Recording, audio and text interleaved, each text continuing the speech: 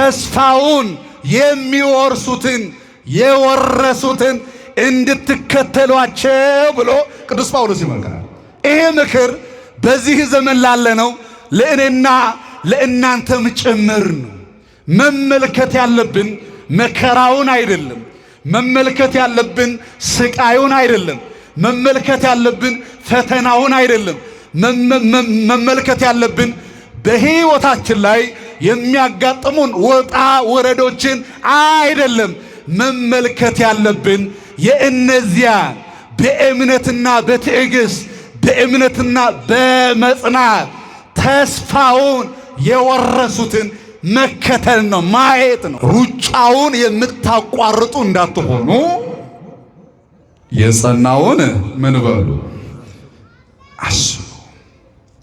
ምክንያቱም የምትሮጡት ሩጫ የምትጓዙት ጉዞ መደምደሚያው ክብር ያለበት ነው፣ ሕይወት ያለበት ነው፣ ሞገስ ያለበት ነው፣ የዘላለም ሕይወት የምትወርሱበት ነው፣ ደስታን የምትጎናጸፉበት ነው፣ የምስቁበት ሐዘናችሁም ወደ ደስታ የሚለወጥበት ነው። ስለዚህ የጸናውን አስቡ፣ በትዕግስት ሩጡ የሚል ምክር ይመክራል። በነገራችን ላይ በቅዱሳት መጻሕፍት ላይ አማኞች ቅዱሱ የእግዚአብሔር ቃል መጽሐፍ ቅዱስ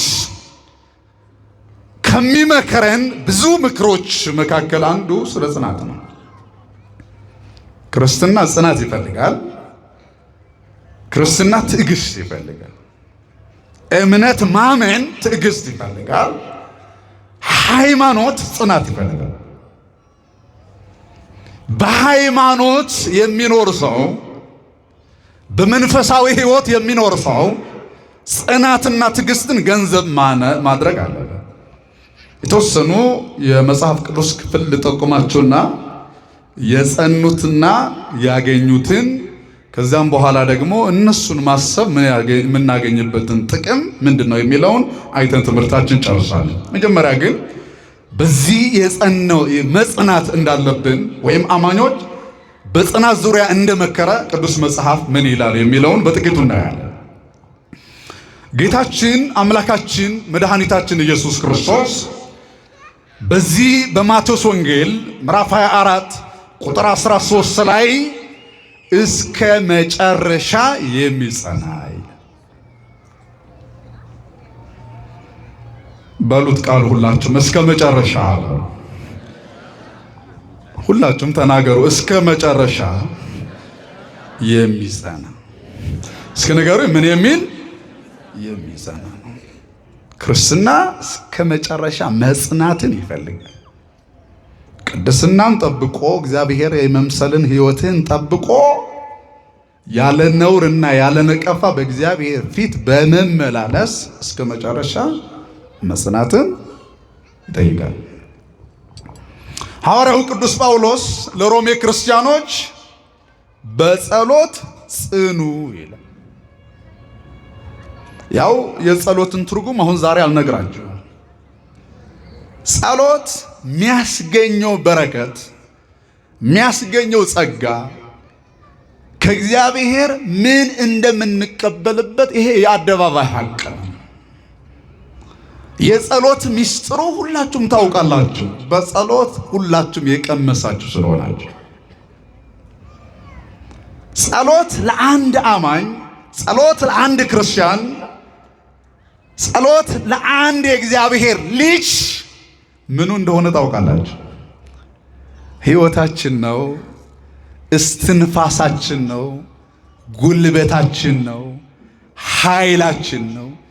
ጥንተ ጠላታችን ዲያብሎስን የምንቀጠቅጥበት የምናባረርበት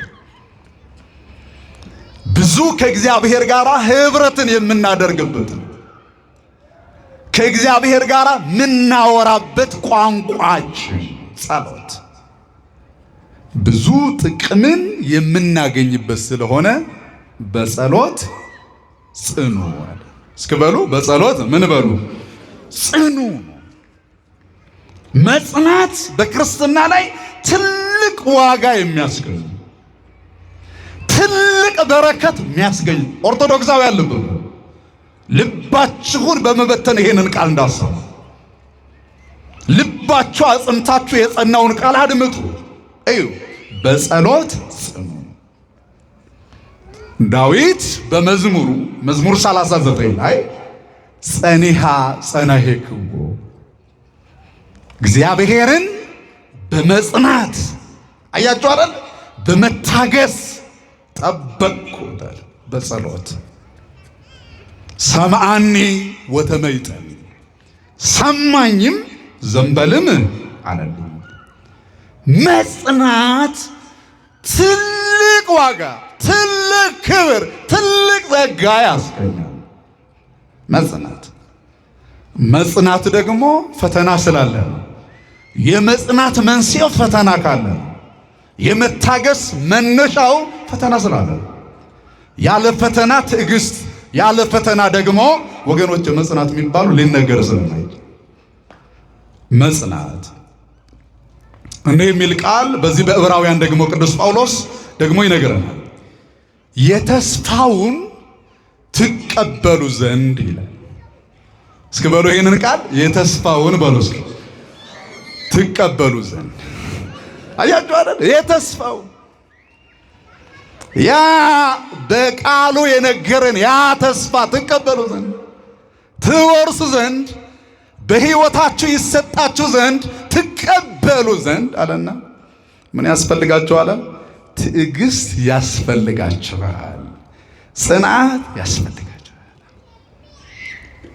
ትዕግስት ያስፈልጋችኋል፣ ጽናት ያስፈልጋችኋል፣ መጽናት መጠበቅ ያስፈልጋችኋል፣ ጠንካራዎች ብርቶች መሆን ያስፈልጋችኋል። ያ የተስፋው የሚሰጠው ለብርቶቹ ነው፣ ለጸኑት። አያችሁ አይደል? ስለ ጽናት የእግዚአብሔር ቃል ምን ያክል እንደሚመክረን ጽናት፣ ትዕግስት። ወገኖቼ ቅዱስ ጳውሎስ ጠቅለል ያለ የዛሬ ትምህርታችን ርዕስ የጸናውን ምን በሉ አስቡ። በጊዜው የነበሩ ዕብራውያን ጥቃቅን መከራዎች፣ ጥቃቅን ፈተናዎች፣ ጥቃቅን ደግሞ ስቃዮች በሕይወታቸው ላይ ሲያጋጥማቸው በክርስትናቸው ላይ ሌላ አቅጣጫ እንዲይዙ ያደርጋቸው ነበር።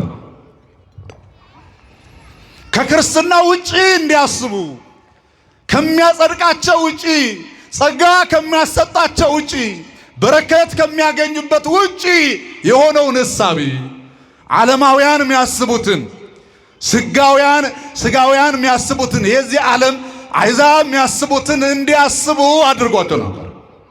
አይደለም የቀደሙት የጸኑትንም አስቡ አለ። እንዲህ በመሆን አይደለም ጸጋ የምታገኙት፣ እንዲህ በመሆን አይደለም ከእግዚአብሔር መቀበል ያለባችሁን የተስፋውን መቀበል የምትችሉት፣ እንዲህ በመሆን አይደለም እግዚአብሔርን ደስ የምታሰኙት። ግድ የላችሁም፣ ወደ ኋላ ዘወር በሉና የጸናውን ምን በሉ አስቡ። የጸናውን ማሰቡ።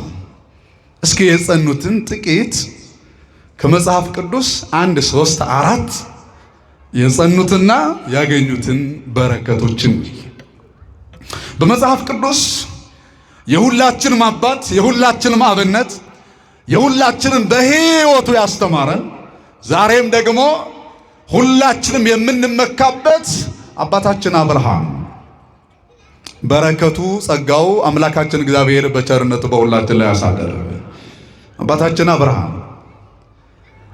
አባታችን አብርሃም በዘፍጥረት ምዕራፍ 12 ቁጥር 1 ስናነብ እግዚአብሔር ከአብርሃም ጋር ንግግር አድርጓል። አብርሃም እግዚአብሔር ከእሱ ጋር በሚያወራበት ጊዜ፣ በሚነጋገርበት ጊዜ ወይም በሚያናገርበት ጊዜ የነበረውን ስፍራ፣ የነበረው ሕይወት፣ የነበረው ምልከታ ታውቃላችሁ። አብርሃም የነበረባት ምድር ሳትቀር የእግዚአብሔርን የፈጠራት አምላክ ስም የማትጠራ ምድር ላይ ነው የነበረው። አምላኳን የማታውቅ ምድር ላይ ነው የነበረው። ፈጣሪዋን በአደባባይ ላይ የካደች፣ ፈጣሪዋን በሚጠረብ እንጨት የለወጠች ምድር ላይ ነው የነበረው አብርሃም የነበረበት የእግዚአብሔር ጸጋ፣ የእግዚአብሔር ረድኤት፣ የእግዚአብሔር በረከት፣ የእግዚአብሔር ሰላም የራቀባት ዲያብሎስ እንዲሁ በእፋ የነገሰባት ምድር ላይ ነበር። እግዚአብሔር ግን መጥራት፣ የወደቁትን ማንሳት፣ የተዳደፉትን መቀደስ ያውቅበታልና በቸርነቱ ዛሬም እኮ እኔና እናንተ እዚህ አደባባይ ላይ እኮ የሚያሰባስብ በዚህ ሰገነት ላይ በዚህ አውደ ምሕረት ላይ የሚያቀርበን ባለሟልነት ስላለን አይደለም፣ ጸጋ ስላለን አይደለም፣ ቅድስና ስላለን አይደለም። ኃጢአታችን በቸርነቱ ሸፍኖ ነው እንጂ በደላችን ሸፍኖ ነው እንጂ በቸርነቱ አብርሃምን ጠራው። አብርሃም እንዲህ ብሎ ነው የጠራው፣ ከሀገር ከዘመዶች ከቤተሰቦች ተለይተህ እኔ ወደ ማሳየ ምድር ውጣ።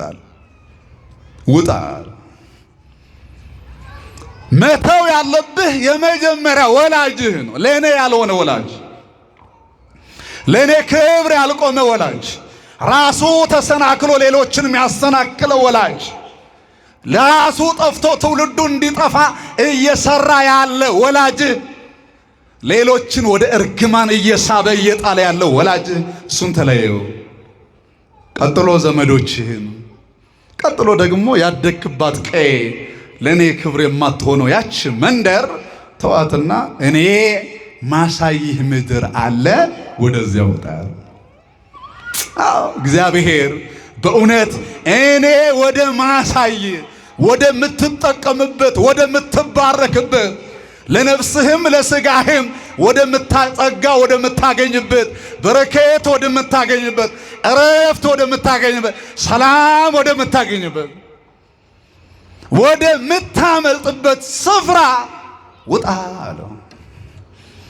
አሁን ልንገራችሁ፣ አሁን ያላችሁበት ጉባኤ፣ ይሄ ጉባኤ እግዚአብሔር ለኛ ያዘጋጀው ስፍራ ነው።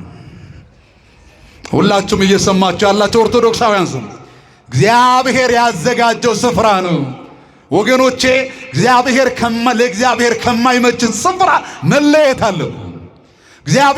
ለእግዚአብሔር ከማይመች ስፍራ መንደር መውጣት አለብን። ወደዚህ ስፍራ ነው መምጣት አለብን። ለእግዚአብሔር ብቻ ሳይሆን ለነፍሳችንም ለስጋችንም የሚጠቅመንን ጸጋ የምናገኝበት ስፍራ ነው እና አብርሃም ውጣ ካለ በኋላ ለበረከት ሆነ አለው። እስኪ ንገሩ፣ ለምን ሆነ አለው? ለበረከት ሆነ አለው።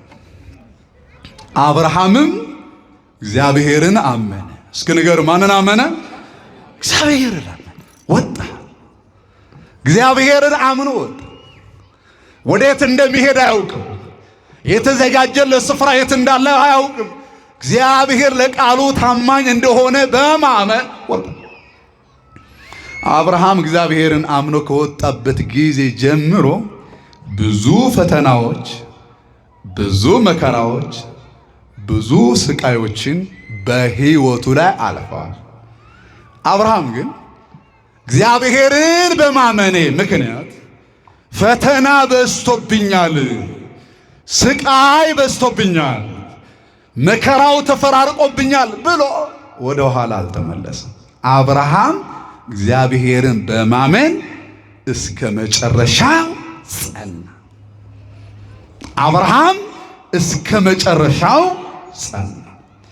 የዕብራውያን መልእክት ጸሐፊው ቅዱስ ጳውሎስ አብርሃም እስከ መጨረሻ እግዚአብሔርን በማመኑ በመጽናቱም ያገኘውን ጸጋ በዚህ በዕብራውያን መልእክቱ ምዕራፍ 6 ቁጥር 5 ላይ እንዲህ ሲል ይናገራል። በጣም የሚገርም ቃል። እንዲሁም እርሱ ከታገሰ በኋላ አለ። እስኪ በሉ ቃሉ እርሱ በሉ ከታገሰ በኋላ ተስፋውን አገኘ። ተስፋውን ምን አለ? አገኘ። የተነገረለትን ይሆንልሃል የተባለውን ተስፋ አገኘ። ምን ካለ በኋላ? ከታገሰ በኋላ። አያችሁ፣ ከትዕግስት በኋላ ከመጽናት በኋላ መሻታችንን እናገኛለን። በፈተና በመከራ በስቃይ ሆነን እግዚአብሔርን በማመን በንስሐ ሆነን የክርስቶስን ሥጋ እየበላን የክርስቶስን ደም እየጠጣን ነውርና ነቀፌታን ከሕይወታችን ላይ አስወግደን ወገኖቼ ምንጸና ምንታገስ ከሆነ መከራዎች ያልፋሉ፣ ስቃዮች ያልፋሉ፣ ፈተናዎች ያልፉና ተስፋችን እናገኛለን። ምናችን እናገኛለን? ተስፋ ያደረግነውን እናገኛለን። ለዚህ ነው ቅዱስ ጳውሎስ ከታገሰ በኋላ አለ። እስኪ ንገሩ፣ ምን ካለ በኋላ? ምን ነው አትናገሩ? እንደዛሬ ምን ካለ በኋላ? ከታገሰ ከጸና በኋላ ነው ተስፋውን ያገኘ አብርሃም። ቀጥሎ የምናየው ሁላችሁም እንደምታውቁት የጽናት ምሳሌ ተብሎ የሚነገረው አባታችን ኢዮብ ታሪኩ ባጭሩ ሁላችሁም በምታውቁት መንገድ ጻድቅ ነው። ነውር የለው፣ ነቀፋ የለው፣ በደል የለበትም፣ ኃጢአት የለበትም። በእግዚአብሔር ፊት የሚመላለስ ነው። አማኝ ነው። በእግዚአብሔር የሚያምን ኢዮብ ሕይወት ላይ የመጣ ጻድቁ ኢዮብ ላይ የመጣ ፈተና ስቃይ ግን በማንም ላይ አልሆነ። በማንም ላይ አልሆነ። በደንብ አስቡ። አሁን ብዙዎቻችን ግድ የላችሁም እግዚአብሔርና እናንተ በምታውቁት መከራ ላይ ያላችሁ፣ ስቃይ ላይ ያላችሁ፣ ልዩ ልዩ መፈተን ሕይወት ውስጥ ያላችሁ በደንብ በትኩረት በመጽናት ነው ሰውነታችሁ ነፍሳችሁ ነው የምታጠረው። ኢዮብ የሆነውን ነው የምነግራችሁ። ከመጽናት በኋላ በፈተና ከትዕግስት በኋላ የገጠመውን የሆነለትን የተከናወነለትን መጽሐፍ ቅዱስ እንዲህ ይለናል። መጽሐፈ ኢዮብ ምዕራፍ 42 ቁጥር 10 ጀምሬ ላነብላችሁ። ኢዮብም ስለ ወዳጆቹ ጸለየ። በጸለየ ጊዜ እግዚአብሔር ምርኮን መለሰለት። እግዚአብሔርም ቀድሞ በነበረው ፈንታ 2 እጥፍ አድርጎ ለኢዮብ ሰጠው። በደንብ ቃሉ ስሙ። ኦርቶዶክሳውያን የተወሰደባችሁ ተወስዶባችሁ አይቀርም። የተወሰደባችሁ ሰላም ሊሆን ይችላል፣ ጤንነት፣ እረፍት ሊሆን ይችላል፣ መረጋጋት። ተወስዶብኛል፣ እኔ ለመከራ ተላልፌ የተሰጠሁ ነኝ፣ ስቃዩ ፈተና አላልፍ አለ፣ መከራው አላልፍ አለ፣ መፈተኑ አላልፍ አለ በማለት ሕይወት ውስጥ ያላችሁ ልብ በሉ። ኢዮብ ከተፈተነው ፈተና በላይ አልተፈተነም። ኢዮብ ላይ ከደረሰው ጻድቁ ኢዮብ ላይ ከደረሰበት ስቃይ በላይ አልደረሰብንም። ከዚያን በኋላ ኢዮብ ግን እግዚአብሔርም በትዕግስት ጠበቀው። በትዕግስቱ እምነቱን አልከዳም። በትዕግስቱ በኃጢአት ላይ አልወደቀም። ትዕግስትን በመተው ጽናቱን በመተው አልዛለም። እግዚአብሔርን ነፍሱን በጥርሱ ነክሶ እግዚአብሔርን በመጽናት ጠበቀው። እግዚአብሔርን ሲጠብቀው ደግሞ ምን አደረገ? ከትዕግስት በኋላ ከታገሰ በኋላ ቀድሞ በነበረው ፈንታ እጥፍ አድርጎ ለኢዮብ እግዚአብሔር ሰጠው። ኧረ አመስግኑት ይህንን ጌታ። ክብር ምስጋና ይሁን። በደንብ አስቡ። ስለዚህ አባታችን ኢዮብን ከትዕግስት በኋላ ከመጽናት በኋላ የነበረው ብቻ አይደለም 2 እጥፍ ሆኖ ነው የነበረው የተወሰደበት ነገር ሁሉ የመለሰለት። የጸኑትን አሱ የጸናውን አሱ። ሌላው አባታችን ዳንኤል ከአራቱ አበይት ነቢያት መካከል የሆነው ነቢዩ ዳንኤልን ታስታውሳላችሁ። በብላቴንነት ዕድሜው ገና ጨቅላ ሕፃን እያለ ምርኮ በሆነ ጊዜ ወደ ባቢሎን የወረደ እግዚአብሔር ሞገሱ ኖት በማያውቀው በማያምኑ ሰዎች መካከል ወደ ቤተ መንግሥት ገብቶ የማደግ ዕድል የተሰጠና ያገኘ ሰው ነቢዩ ዳንኤል ከፍ ብሎ ካደገ በኋላ በንጉሱ በዳሪዮስ ዘመነ መንግስት የገጠመው ፈተና ታውቃላችሁ። እሱ አንድ በህይወቱ ያስለመደው ትልቅ ጸጋ አለው፣ ትልቅ ነገር አለ።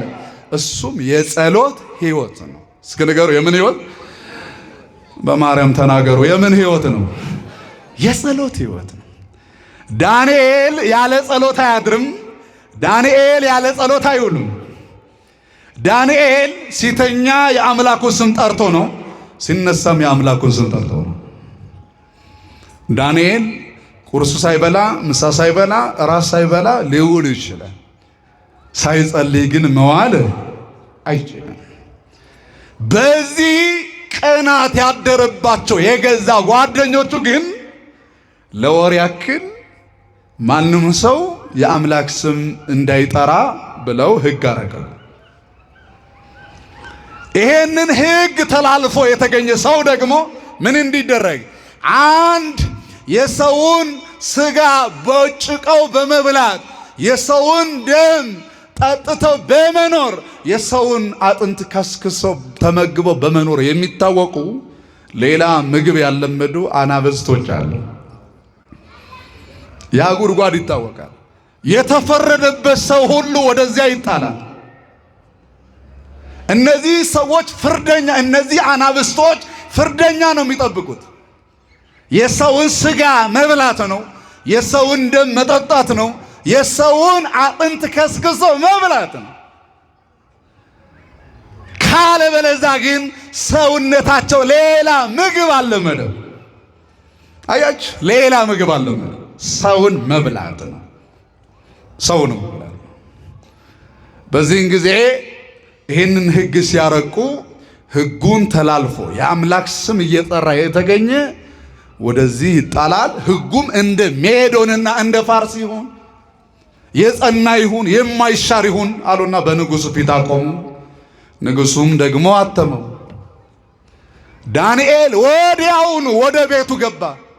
የቤቱን መስኮቶች ወደ ምስራቅ ከፈተና ከእግዚአብሔር ጋር መነጋገር ጀመረ። መጸለይ ጀመረ፣ ማውራት ጀመረ። ቋንቋው የሆነው ጸሎት፣ ሕይወቱ የሆነውን ጸሎት ከእግዚአብሔር ጋር ሳያወራ ቀኑን መጀመር አይፈልግም። ከእግዚአብሔር ጋር ሳያወራ ሌሊቱን ማደር አይፈልግም። ዳንኤል ወገኖቼ፣ ቅድሚያ ከነገሮቻችሁ ሁሉ አስቀድማችሁ ከእግዚአብሔር ጋር አውሩ፣ ከእግዚአብሔር ጋር ተነጋገሩ። ከእግዚአብሔር ጋር ወደ ትዳር ከመግባታችሁ በፊት፣ ወደ ንግዱ ወደ ሥራ ቦታችሁ ከመውጣታችሁ በፊት ብዙ መሰናከል አለ፣ ብዙ ወጥመድ አለ፣ ብዙ ፈተና አለ። እግዚአብሔር ይቅደም። እስኪ ንገሩ፣ ማን ይቅደም? ተናገሩ እንጂ ማን ይቅደም? እግዚአብሔር ይቅደም። ነቢዩ ሙሴ ያለውን አታውቁም? አታስታውሱም? ካልወጣ አታውጣኝ። እግዚአብሔር ካልወጣ መውጣት የለባቸው እና ዳንኤል ልክ ሲጸልይ ያገኙትና ወደ አንበሶቹ ጉድጓድ ልትጣል ነው፣ ሊፈረድብህ ነው፣ ታሪኩ ረዥም ስለሆነ። እሱ ግን እንደ ትላንትናው እግዚአብሔርን አምኖ እነዚያ የቀደሙ ጓደኞቹ በእሳት ፊት ካንተም እጅ ከእሳቱም አምላካችን ሊያድነን ይችላል እንዳሉት በእሳቱ ፊት በሚንበለበለው እሳት ፊት 49 ክንድ ያክል ከፍ ብሎ እየተቀጣጠለ ባለው እሳት ፊት በናቡከደነጾር በቁጣ በተሞላው ናቡከደነጾር ፊት ቆመው አምላካችን ከእሳቱም ካንተም እጅ ያድነናል እንዳሉት ትታሰራለህ፣ ወደ አንበሶቹ ጉድጓድ ልትጣል ነው፣ አጥንት ሊከሰከስ ነው፣ ደምህ ሊጠጣ ነው፣ ስጋህ ሊቦጭቁት ነው ሲሉት በፍጹም አልፈራም፣ አልደነገጥም። ይበልጥኑ ከትላንትናው ይልቅ በእግዚአብሔር ያለውን እምነት አጸና።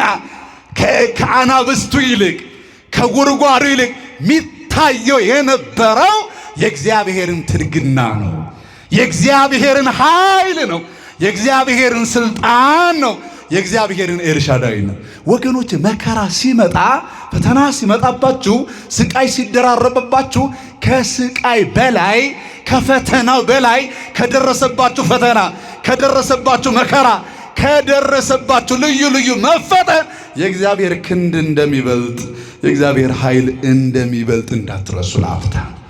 እያችሁ ዳንኤል ጸና፣ ወደ አንበሶቹ ጉድጓድም ተጣለ። ከ3 ቀን በኋላ ንጉሡ ዳርዮስ መጥቶ ዳንኤል ያመለከው መልአክ አዳነህን? በተገጠመ ድንጋይ በተገጠመ ጉድጓድ ላይ ሆኖ ዳንኤል በአንበሶች መካከል ላይ ሆኖ ድምፅ አሰማ። ንጉሥ ሆይ በአንተና በእግዚአብሔር ፊት ቅንነት ተገኝቶብኛል አለው። አያችሁ፣ ቅንነት ተገኝቶብኛል፣ ደግነት ተገኝቶብኛል፣ ርኅራሄ ተገኝቶብኛል፣ በደል ነውር አልተገኘብኝምና አምላኬ መልአኩን ልኮ የአንበሶቹን አፍ ዘጋ፣ እነሱም አልጎዱኝም አለ። አያችሁ፣ ከጸናችሁ የምንጸና ከሆነ አሁን የሚያስለቅሱን ፈተናዎች ሁሉ ያልፋሉ። አሁን የሚያስነብሩ ፈተናዎች ሁሉ ያልፋሉ። ምን ጸና ከሆነ ጸንተን ለእውነት ምንቆም ከሆነ ጸንተን አምላካችን ጋር ምናወራ ከሆነ ሁል ጊዜ አይናችንን በክርስቶስ ላይ ምናደርግ ከሆነ ወገኖቼ ፈተና፣ ስቃዩ፣ መከራው ዛሬ ይቀራል፣ እዚሁ ይቀራል። ወገኖቼ ነገ ድል ይሆናል። ኢያሱ እንደተናገረ እግዚአብሔር ነገ በመካከላችሁ ድንቅ ነገር ያደርጋል። አያችሁ ዳንኤል በመጽናቱ መከራ ሊያሸንፉ አልቻሉም። ስቃይ ሊያሸንፉ አልቻሉም። አናብስቱ ሊያሸንፉት አልቻሉም። እነዛ ሰው የሚበሉ ሊያሸንፉት አልቻሉም። መጨረሻ ድሉ ለዳንኤል ነው የሆነው፣ በመጽናት ማለት ነው።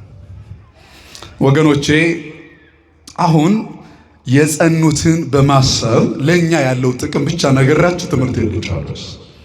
ትምህርታችን ርዕስ እንዳትረሱ። የጸናውን ምን በሉ? አረ ነገሩ የጸናውን ምን በሉ? አስቡ።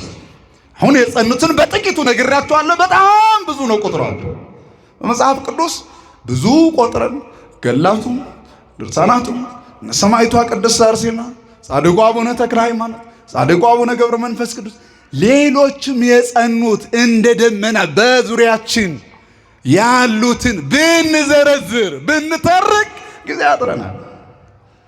ነገር ግን እነዚህን ማሰብ፣ እነዚህን መመልከት፣ እነዚህን ተመልክቶ በሃይማኖት መኖር፣ በንስሐ ሕይወት ውስጥ መመላለስ፣ ሥጋ ወደሙ እየበሉ የክርስቶስን ሥጋ እየበሉ የክርስቶስን ደም እየጠጡ በጾም በጸሎት ጸንቶ መኖር ምንድነው የሚሰጠን ጥቅም የሚለውን ጥቂት ነገሮች ብቻ ነግሬያችሁ ትምህርቴን እጨርሳለሁ። የመጀመሪያው አንደኛው ትዕግስተኞች እንድንሆን ያደርገናል። የጸኑትን፣ የታገሱትን፣ የበረቱትን በፈተና ሆነው በልዩ ልዩ መከራ ውስጥ ሆነው በልዩ ልዩ ስቃይ ሆነው የታገሱና የጸኑትን ወገኖች በማሰባችን ትዕግስተኞች እንድንሆን የጸናን እንድንሆን ያደርገናል። መጽሐፍ ቅዱስ እንዲህ ይለናል። ዕብራውያን ምዕራፍ 6 ቁጥር 12 ላይ የእነዚያንም በእምነትና በትዕግስት ተስፋውን የሚወርሱትን እንድትከተሏቸው ይላል። እንደምን ዋላችሁ? አረ ድምጻችሁ ይሰማ። እንደምን ዋላችሁ? በደንብ ስሙ። ይሄ እግዚአብሔር ቃል ነው፣ ቀጥታ ነው። ብዙ አላብራራም፣ ሰዓታችንን በአግባቡ ለመጠቀም የእነዚያንም ማለት የጸኑትን ማለት ነው፣ የበረቱትን ማለት ነው፣ መከራ ያላሸነፋቸውን፣ ፈተና ያላሸነፋቸውን፣ በእውነት ልዩ ልዩ ስቃይን ያላሸነፋቸውን የእነዚያንም ማለት የእነዚያንም ካለ በኋላ በእምነትና በትዕግስት ተስፋውን የሚወርሱትን በእምነትና በትዕግስት በእምነትና በመጽናት እስከ መጨረሻ በመጽናት ምክንያቱም እነሱን ስንመለከት እነሱ የወረሱትን እነሱ የተቀበሉትን ያንን በእግዚአብሔር ቃል የተነገረውን የተስፋውን መውረስ ይሆናል። ስለዚህ እነሱን የምናስብበት በመታገሳቸው፣ በመጽናታቸው፣ በመከራ ሕይወት ውስጥ ነው፣ በፈተና ሕይወት ውስጥ ነው፣ በመራብ ሕይወት ውስጥ ነው፣ በመጠማት ሕይወት ውስጥ ነው፣ በልዩ ልዩ ስቃይ ሕይወት ውስጥ ሆነው ምን አገኙ ስንል የተስፋውን ያ ክርስቶስ የነገረንን በቃሉ የነገረን የሰው ጆሮ ያላየውን የሰው ጆሮ ያልሰማውን የሰው ዓይን ያላየውን የሰው አንደበትም ገብቶ ያልተናገረበትን የሰው እጅ ያልዳሰሰውን የሰው እግር ያልተመላለሰውን መላእክት የሚኖርበትን ቅዱሳን ብቻ ሁሉ የከተሙበትን የተስፋውን ስፍራ የተስፋው ያ በተስፋ የተነገረውን ያንን መውረስ እንድንችል ያደርገናል በመታገስ። ይህንን በደንብ እንድትረዱ ነው። ሁለተኛው ተስፋችንን ያጠነክርልናል። እንደምን ዋላችሁ? ምናችንን ያጠናክርልናል? ተስፋ። መከራል፣ ስቃያል፣ ፈተናል፣ ማግኘት ማጣት አለ፣ እንቅፋቱ አለ፣ መራቡ አለ። ብዙ የምንሰማቸው ለጆሮ የሚሰቀጥጡ ለዓይን እጅግ የሚከብዱ ነገሮችን በምድራችን ላይ እናያለን፣ በሕይወታችን ላይም ይመጣሉ። ነገር ግን ወገኖቼ በእምነታችን በሃይማኖታችን በክርስትናችን ተስፋ እንዳንቆርጥ ያደርገናል። የጸኑትን ምን በማለታችን? አረ ንገሩ። የጸኑትን ምን በማድረጋችን? በማሰባችን። ምክንያቱም ጸንቶ ያገኙትን ክብር ስለምንረዳ እንዲህ ይለናል ያዕቆብ በመልእክቱ ምዕራፍ 5 ቁጥር 11 ላይ እናንተ አለና የኢዮብን ትዕግስት ሰምታችኋል አለ። የማንን ትዕግስት ሰምታችኋል? የኢዮብን ትዕግስት ሰምታችኋል አለ። ጌታም እንደፈጸመለት። ማን ፈጸመለት? ጌታ ፈጸመለት። ታግሶ አልቀረም። በመታገሱ ጌታ መሻቱን ምን ብሎለታል? ፈጽሞለታል። ስለዚህ በመታገሳችን በመጽናታችን በመከራው ተስፋ ባለመቁረጣችን ስለዚህ አሁን በልዩ ልዩ መከራ ሕይወቱ ስንኖር ተስፋችን የበረታ እንድንሆን ያደርጋል። እሱም የጸኑትን በማሰባችን። ሶስተኛው በፈተና ጊዜ እንዳንደክም ያደርገናል። የጸኑትን በማሰባችን በፈተና ጊዜ በስቃይ ጊዜ በመከራ ጊዜ እንዳንደክም እንድንበረታ ይረዳናል። መጽሐፍ ቅዱስ እንደዚህ ይላል ዕብራውያን ምዕራፍ 12 ቁጥር 3 ላይ ኃጢአተኞች በእርሱ ላይ ያደረጉትን ተቃውሞ የታገሰውን አስቡ እንዳትደክሙ። አያችሁ፣ እንዳትደክሙ እነዛ በጽድቅ የተመላለሱን ኃጢአትን የናቁትን የጸኑትን አስቡ። ወገኖች ያው ሁላችሁም እንደምታውቁት ፈተናው፣ መከራው፣ ስቃዩ በአንድም በሌላ መንገድ ይብዛም ይነስም በእያንዳንዳችን ሕይወት ላይ አለ። ዛሬ ማያለቅስ የለም፣ ማያነባ የለም፣ እጅግም ነገሮች ያልከበዱት ሰው የለም። ነገር ግን በመከራ ሰዓት በፈተና ሰዓት ራስን ተስፋ ቆርጦ ወዳልሆነ ነገር ከማሰብ ይልቅ የጸኑትን ማሰብ። የጸኑትን ምን ማድረግ? ማሰብ። የጸኑትን ስናስብ ጸንቶም ያገኙትን ነገር ስንረዳ በፈተና ላይ ድልን እንጎናጸፋለን። የመጨረሻው አምስተኛው ነጥብ ለክብር የሚያበቃ መንገድ መሆኑን እንማረበታለን። እሱ ምንድነው? የጸናውን በማሰብ የበረቱትን ሰማዕታትን፣ የበረቱት ጻድቃን፣ የጸኑትን ነቢያትን፣ የጸኑት ሐዋርያትን፣ የጸኑ ሊቃውንትን፣ የጸኑ የዘመናችን ክርስቲያኖች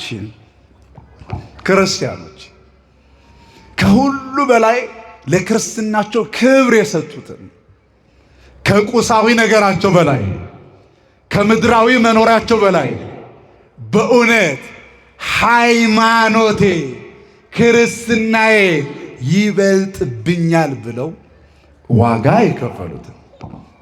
እየከፈሉ ያሉትን የጸኑትን በማሰባችን እነሱ ለበቁት ክብር እንድንበቃ ያደርገናል። ይህንን በደንብ እንመረዳታለን። ብዙ ጊዜ አሁን ጉባኤያት እልልታ ስለተመለመደ ጭብጨባ ስለተለመደ ዋናው ትኩረት ማድረግ ያለብን መልእክቱ ነው። በደንብ ልብ የጸኑትን ያለፉትን አሁን ያሉትን ዋጋ እየከፈለ ክብር ደግሞ የተቀበሉትን እነዚህን በማሰባችን ለክብር እንድንበቃ ያደርገናል። ራዕይ ዮሐንስ ምዕራፍ 2 ቁጥር 10 ላይ ስናነብ እስከ ሞት ድረስ ታማኝ ሁን የሕይወትን አክሊል እሰጥሃለሁ። ክርስቲያኖች እስከ ይህንን ቃል በሉ። እስከ ሞት ድረስ በሉ። እስኪ